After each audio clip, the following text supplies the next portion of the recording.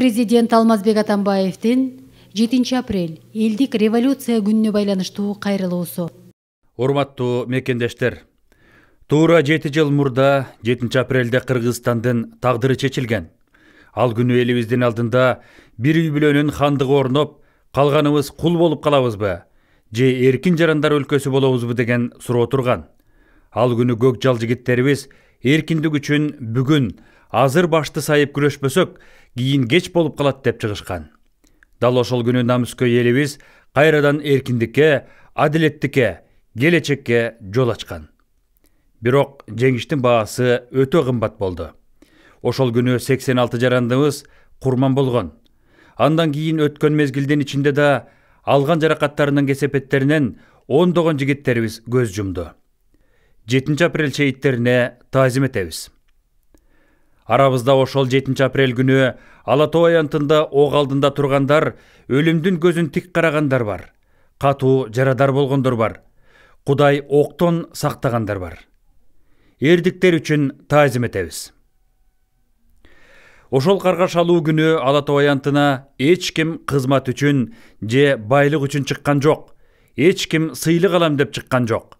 Көрө окат үчүн эч ким чыккан жок.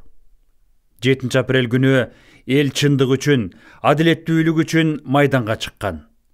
Кул болбойбуз деп чыккан. Кайрадан Кокон хандыгын курдурбайбыз деп чыккан. Тизелеп жашаганча тик туруп өлөбүз деп чыккан. Ушундай элибиз болгонуна, ушундай көк жал жигиттерибиз болгонуна Кудайга 1000 мертебе рахмат. Сыймыктанабыз элибиз менен. Урматтуу мекендештер, 2010 жылдын 7 апрели өлкөбүздүн тарыхындагы эң кайгылуу, бирок ошол эле убакта эң маанилүү окуялардын бири. Мен мурда айткан сөздөрүмдү дагы бир жолу кайталагым келет. Бийик тоолор алыстан гана көрүнөт.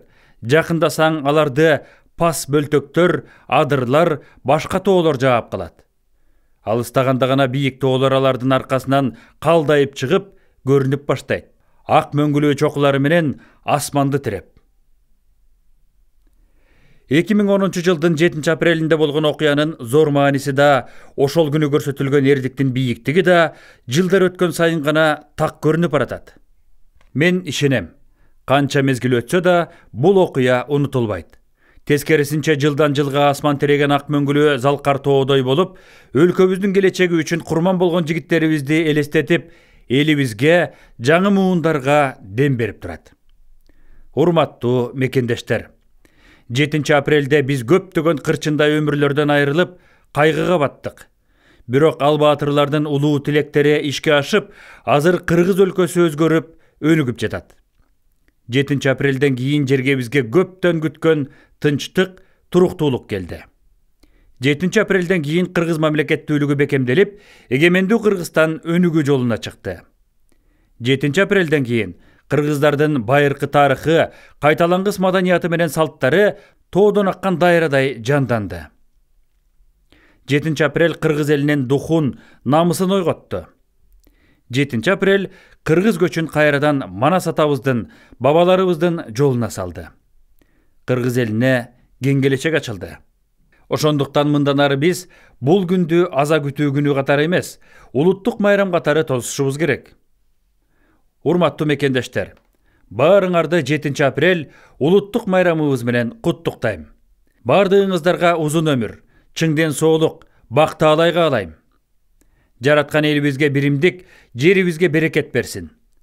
Жашасын эгемендүү Кыргызстан. Майрамыңыздар менен.